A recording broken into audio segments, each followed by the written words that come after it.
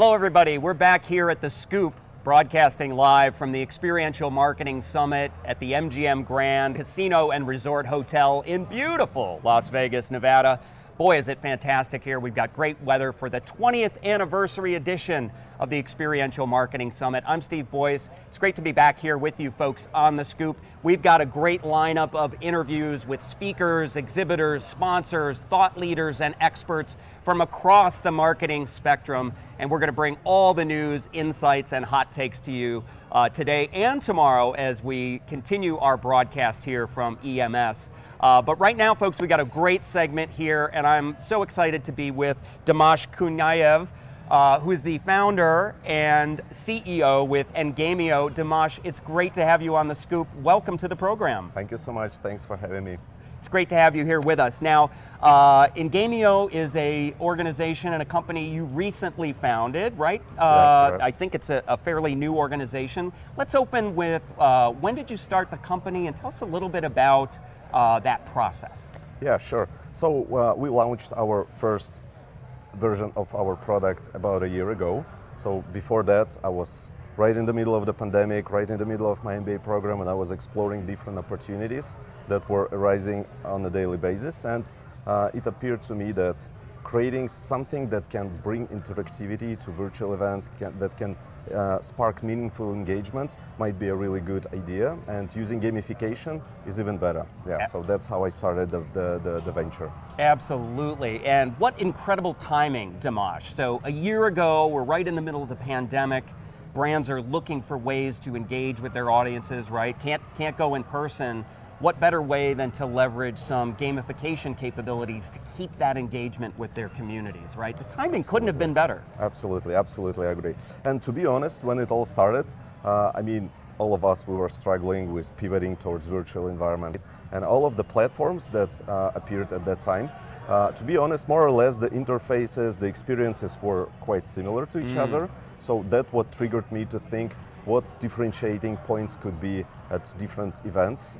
And yeah, gamification, I think, is really endless topic that you can explore over and over again and create new experiences over and over again. So yeah, I think that was quite natural answer for me what to do next in my life. Absolutely. Well, sometimes the serendipity brings the perfect opportunity and the perfect solution together. And it feels like that might have been the case here with Engamio. Now, before we get into the details of your solutions, and I want to explore with you more about the value of gamification for brands, but I want to make sure that our audience has a little bit of information about you and who you are and where you came from. I understand that you live in Canada, right? Yes, that's correct, Toronto. Okay, great. But if I'm not mistaken, you don't have a Canadian accent. Oh, you spotted it right. Yeah, I'm still trying to get rid of it. But anyway, yes, I came from Kazakhstan. So I was born there, and for all my life I was living there. I studied at Moscow at Moscow State University, and my bachelor was in nuclear physics, which is pretty similar to virtual events and gamification, to be honest. That's awesome. Yeah. So and at some points in 2019. Me and my family, we decided that we want to try, our skills at a more mature, larger, and more competitive markets. And North American market appeared to be a suitable match for us. So we decided to relocate, and starting an MBA at one of the top business schools in Toronto appeared to be a good entry point. Oh, sure. Fantastic. What a wonderful personal journey. Of course, it's great to have you now on your journey here with us on the Scoop. And this is really interesting to me, Dimash, because while you jokingly referred to nuclear physics and virtual events being very similar, I've been in and around virtual events for a while, and I can barely spell nuclear. So tell me how you made that transition, and what from your background in nuclear physics, does that help you as you've built Engamio and begun to develop the gamification solutions? Yeah, great question. I think my scientific background helps me a lot throughout my life. So after my graduation, I realized that at that time, probably it wasn't the best timing for young scientists, nor in Kazakhstan nor in Russia. Yeah, my demands, my family demands, my personal demands wasn't matching with opportunities that were there for young scientists. Understood. So I decided to pivot towards more business world and financial world and everything. So I was working across different industries, across different roles, like in financial sector, in real estate development, in commercial banking, doing my own startups, and running my own event agency as well. Oh, wow. Yeah. So I had my own event agency back in Kazakhstan. We were doing conferences like in oil and gas, in mining and metallurgy fields. And at some point I sold the agency to my competitors and was banned from working in the space for a certain amount of time. Oh my gosh. Yeah, but closer to pandemic, the ban was over, and now I'm lucky to return back to my beloved industry of events. Wonderful, wonderful. Well, it's great to have you back, and good timing again, because now, of course, we're looking to see how things are going to evolve as we come out of this pandemic, right? Fingers crossed. Oh, yeah. We continue to go on the right path there. But before we get there and kind of the transition, I want to come back to, you shared with me before we opened the segment that you had personal experiences as a participant in virtual events. Yes. And found those wanting. Right, so I'd love for you to share your perspectives with our audience on what did you see that was positive about virtual events during the pandemic, and where did you see challenges or problems that led you to want to found Engamio? Yeah, absolutely. So once everything started, I mean the pandemic, and more and more virtual events started appearing in the internet and everywhere. So I was attending them over and over again. And I guess the biggest hurdle that I was seeing is the breaks between the sessions. Because over and over again, I saw this frozen screen with a countback timer saying that we will resume in 5-10 minutes or whatever. And I was thinking that I have never seen such thing on television. No. Let's say during the break, during the Super Bowl. So television, they managed to utilize this time pretty efficiently. They keep you engaged, they hold your attention tightly, Yes. and they don't want you to go away from your TV screen and everything like that. Right. So I was thinking that we're dealing with more or less the same nature of things, right? Interesting. We, as event organizers, we should design the experiences in a way so the participants will not go away from your platform, will not go away from your event, especially in virtual environment where they are when they are just one click away from doing so. Right. Yeah. So Doesn't take long to bail on a virtual absolutely. event. You have a lot of tabs there that like inviting you to go and explore them. Digital distractions, right? Yeah, exactly. And I was like comparing this frozen screen and all other options that you have there on your desktop. Right. So I was thinking, what else can we do as event professionals to, compete with all these options that are there on the desktop? And I thought that, yeah, maybe something interactive, something new, something fresh can help to capture the attention of the participants during the break, and not only keep them there, but also refresh their brain, spark some energy, share some interesting content at the same time with them that might be helpful, for any reasons. Sure. So yeah, that was kind of the foundations of what I was experiencing. Yeah. Fantastic. I think it's just great that you've spotted that key need for audiences who are investing their valuable time, they're engaging in virtual or digital content, but the minute that there's a dead air, or there's a break, or there's nothing to capture, as you said, to maintain that engagement, they're going to turn to alternatives, right? Absolutely. We all multitask, we're busy people, we got things in our lives to do. Absolutely. Nobody has time to sit and stare at a dead screen. 100%. So this launched the idea for Engamio. Yes. Now, there's a lot of gamification out there already, right? So as you looked at the landscape as an entrepreneur, as the founder of Engamio, what did you see as the opportunity to create something different, and then maybe lead into how you see Engamio being different from other gamification opportunities? Yeah, I think this topic is fairly new. I mean, it was there, like you said, for quite a while, but I think now it's reinventing itself, and this is a second burst for gamification for events industry specifically. Because gamification as an industry is a huge industry, right? Yes. But mostly when we speak about gamification, we think about educational vertical or HR vertical or marketing vertical. But I have never seen a place where all of the expertise of gamification for events industry was gathered in one place. Okay. Where you can see like best practices, what is working, what is not working, what kind of objectives you can achieve through gamification, and all these kind of things. And when we speak about gamification, most people think that it's games, right? It's entertainment. But actually, there is a huge difference between gaming and gamification, right? Because when we're dealing with games, it's pure entertainment. Okay. You get this adrenaline, you get this, entertaining experiences and everything like that. But when Sure. we deal with gamification, we think how we can apply gaming elements from games industry to design something that can produce meaningful outcome from the business perspective. I love Let's that. say leads generation, or brand awareness, or networking, Sure. or extra engagement with the speakers, with the content of the conference and everything like that. So it's not just about whacking a mole. It's Which much is fun. more, which is fun. But doesn't yeah. create a lot of business value ultimately, Yeah, right? I don't have any problems. Well, actually, I do with hurting animals, but I mean, yeah, there is so much more to gamification than that. Yes. The topic is so much deeper than that, and it's still like a wild, wild west, like one of my friends put it, for events industry. So we're really enjoying being like sort of a pioneers for the event space to reinvent the gamification again and elevate it to the next level so it can really solve the objectives of event professionals and their stakeholders as well. That's terrific. I love so much, Dimash, how you start from a place of understanding the brand's business objectives and what they see as positive business outcomes. You gave some examples, lead gen or networking and so forth. As you work with your clients and customers, does that come as a surprise to them, or are they delighted to know that you as a technology partner is thinking about their business success?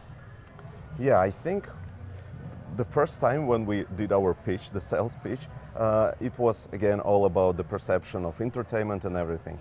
But once we presented the solution that we designed, it became obvious that it is way much more than just the entertainment. So when we gently embedded the content from the sponsor, we put some call to action pages right after the game, some storytelling right before the game. So it was the storytelling journey for the participants rather than just a short time playing experience. And all of a sudden it became a really cool entertaining sales funnel, a really cool entertaining lead generating campaign right within the platform. Wonderful. Yeah, so once the sponsors and the organizers realized that, I think that was the point when they realized that we are bringing a triple value actually. Not only we're entertaining the participants with these gaming elements, right, but also we're covering the objectives of the sponsors and of the event organizers who are retaining people during the breaks, right, and giving these extra experiences for them. So as a result of one of the events, I think the top thing that all people were remembering is this battle between the participants across the leaderboard in puzzle contests. Yeah, Fun. So that was pretty fun. People love competitions, right? Oh, yeah. It really gets Yeah. some people going. Some people are more competitive than others, but it can definitely be effective. This is really fantastic, and I think, first of all, I love that you've got 3 key value points, because as folks who know me understand, I love things in threes. So you've got the entertainment value, Yep. right? You've got the value to drive the sponsor's brand and their messaging, and also the messaging of the event host or organizer. That's a very powerful combination of values and benefits. And I have to imagine, Dimash, that event organizers are going to be very attracted to the sponsorship opportunities, right? Absolutely. Because that's a core revenue stream for most event organizers. And coming out of the pandemic, where revenue has been hard the last 2 years, this has to be very attractive to them. 100%. And actually that was one of the key problems for event professionals, as we all know, when it was really hard to articulate the value for your virtual environment. The cost structure is different and all this kind of, things that you need to find to prove that there is still a value in virtual format. Right. So a lot of people were struggling in doing so. So yeah, our solution was one of the good things that they could explore and use to articulate this value to the sponsors. Wonderful. And I also want to come back to the point you made about brand storytelling. This is a theme that we're seeing here at the Experiential Marketing Summit. I want a quick program note for our audience here on The Scoop. You don't want to miss Fallon Crier's segment with Miri Rodriguez from Microsoft, wonderful brand storyteller, right? Want to make sure you catch that. Do brands respond to the ability to tell their story through gamification? This is a bit of a different modality than simply, using a presentation, for example. Yeah, absolutely. So, to be honest, we're not struggling, but it's a hard, first step that we should go through, I guess, to educate some of our clients, some of our sponsors, how exactly it can be accomplished. Because when you say gamification, the storytelling, the brand, people need to visualize it somehow, right? Sure. And this is, I guess, the hardest part for us, to find a ways how to make it easy and smooth for, during your sales speech or Sure. the experience that we're preparing, to show how it can be accomplished. So once people see it, everything goes like into their places, and it became obvious how it can work really well from a storytelling perspective. Just as an example, Sure. so we have a mechanic, a jigsaw puzzle. So we can design pretty much any kind of jigsaw puzzle, leaderboard, and everything. So what if we can put a really nice picture that has really deep, meaningful story behind it on the puzzle, right? So people will be like approximately for the duration of 3 to 5 minutes interacting with this image Sure. and assembling it. But of course, if they could have an extra page where they could read about this story behind this puzzle, and then something that we promote at the end of the experience can be connected to this story. Nice. This is the powerful combination, I think. Nice. Not just the puzzle, not just the offering by itself, right? But it's a combination, and that's where we see a good storytelling opportunities. Not just through the game, but through the whole experience that we design. Sure, the content that you embed in the game, the entire end-to-end experience, it's really a thoughtful approach. I'm curious about when you advise your clients and customers who are coming into this maybe for the first time, what advice do you provide? What are some tips, some best practices as they think about how to prepare to successfully leverage your solutions to drive their business success? What are a few key tips that you'd like to offer them? Yeah, I think that's one of the most important parts, is that we shouldn't forget about the participants who will be experiencing this. And if we could find a way how to align their goals with the goals of the, let's say, event organizer who is preparing this activation, and the overlapping of these two objectives is the sweet spot for the design process for the gamification and everything. So if we could somehow understand why people are coming to this event, Right. what they're expecting to get out of this event, what they potentially could be interested in, and everything like that, these are the small triggers that we can take and put as part of the design process.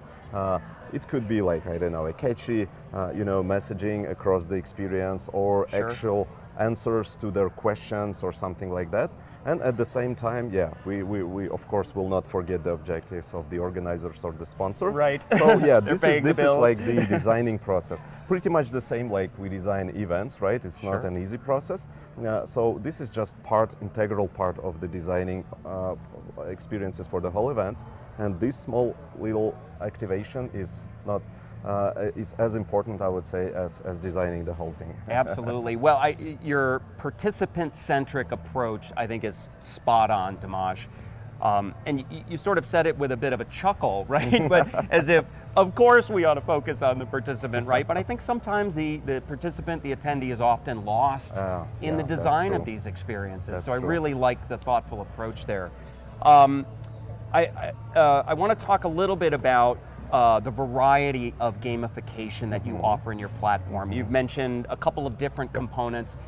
Maybe tick through the list. What are certain kinds of gamification experiences that brands might consider to incorporate in their programs? Yeah, definitely. So as I mentioned, we started quite not far ago, a year Sure. or so, and we are just at the beginning of this journey. So how I visualize everything that we do, we basically creating a toolbox with different tools that you can use to design these experiences. And now we have just a bit of the tools that are needed to design like full 360-degree experience in terms of gamification. Wow. And there are such tools like points, leaderboards, badges, timers, different levels, collaborative mechanics, competitive mechanics, Wow. multiplayer activities, single player activities. So all this is the universe of different tools that you might require to design something. It's incredible. So we have just a fraction of this toolbox right now. Sure. We are designing our own mechanics like puzzles, word search games. We also have an interactive world map where people could drop their profiles and then interact with each other right on this map. Yep. Yeah, we also build a photo booth, which is not a gamification per se, but also a pretty demanded feature nowadays. Okay. So what we are planning to do, we want to expand further and build the leaderboards, the badges, the point systems and everything like that, which we call a structural elements of gamification. And on top of that, we will be developing a mechanics, a unique one, maybe a gamification for networking. Nice. Maybe a gamification for driving traffic to your exhibition booth or something like that. So we are constantly developing something new. So hopefully in a year or so, we're gonna have a really good portfolio of different tools that can cover pretty much any objectives. Oh, I love that. Fantastic roadmap. And I love the universe, the toolkit, right? That marketers love these different brand tools that they can deploy for different objectives. Folks, if you've just joined us here on The Scoop, we're having a great conversation with Dimash Kunayev from Engamio, the founder and CEO of Engamio, a recent startup, but a fantastic gamification organization to help bring gamification elements and components to your brand experiences. Now, Dimash, I want to get into a topic that's, I think, hot on everyone's mind here at EMS. We're coming out of this pandemic, thankfully, right? We're all back here in person, which is great. We get to sit next to each other and not feel too nervous about it. But I think a lot of brand marketers are wondering, what do I do now with virtual and digital engagement? Do I still need to do that? Or can I just go back to in-person and exhibiting at events? How important is this virtual or digital engagement component? I'd love to get your perspectives on that as brands are thinking about their programs in the future. What's the right balance between in-person and digital engagement? Yeah, great question. I think these debates will be happening for years ahead.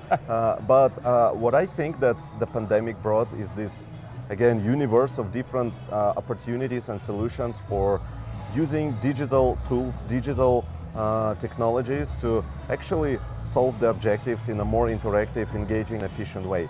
And we all know digital marketing, right? Right. For some period before, in the past, it didn't exist, right? And once it appeared, we got a lot of new tools, and the efficiency increased dramatically. So that's exactly what is happening, I think, with events. We as event professionals, we just cannot afford ourselves not to use all this universe of different digital technologies that is out there. It cannot live separately from each other. So I think pandemic triggered this overlapping of these two large industries. And now we are gaining and taking the benefits of it. And as an event professional, having virtual platforms, having different tools for engaging your audiences, and at the same time doing things like you used to do, like the in-person format. Now you have a whole range of different kind of tools that you can utilize, and I think it increased the flexibility for you as an event professional. Excellent. And at the same time, I think those who mastered it, and hopefully the majority of us mastered it, I mean the community of event professionals, they just secured their future for certain amount of years ahead. Yes. Yeah. And I think that will be continuing and continuing and continuing. But now it's just about the overlapping of this in-person format and the virtual one. There are still debates going on, can we merge these two audiences? Right. Can we actually, can we actually create a true hybrid experiences or no? So all these questions, they are actually good. I mean, they provoke you to think beyond what we have right now and to innovate. So wonderful. So I'm going to summarize quickly as virtual and digital are here to stay, and marketers need to figure out for their own objectives that right balance.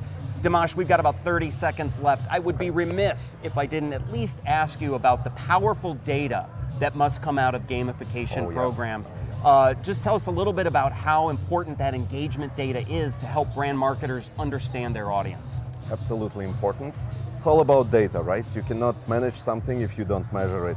So like in our case, we collect different metrics like how long it took for people to play, how many people play, how many times they clicked on the call to action button, and all this kind of metrics. So based on that, we as a product designer and experience designers can see, all right, this thing will not work in this environment next time. We should change something. So we're getting this expertise and accumulating it. And the same for event professionals and brands. They want to see metrics. They want to see return on their investments. Yes. And that's what we provide to them in a one click. So yeah, it's Excellent. super important. Fantastic. I love that perspective, love the value of data.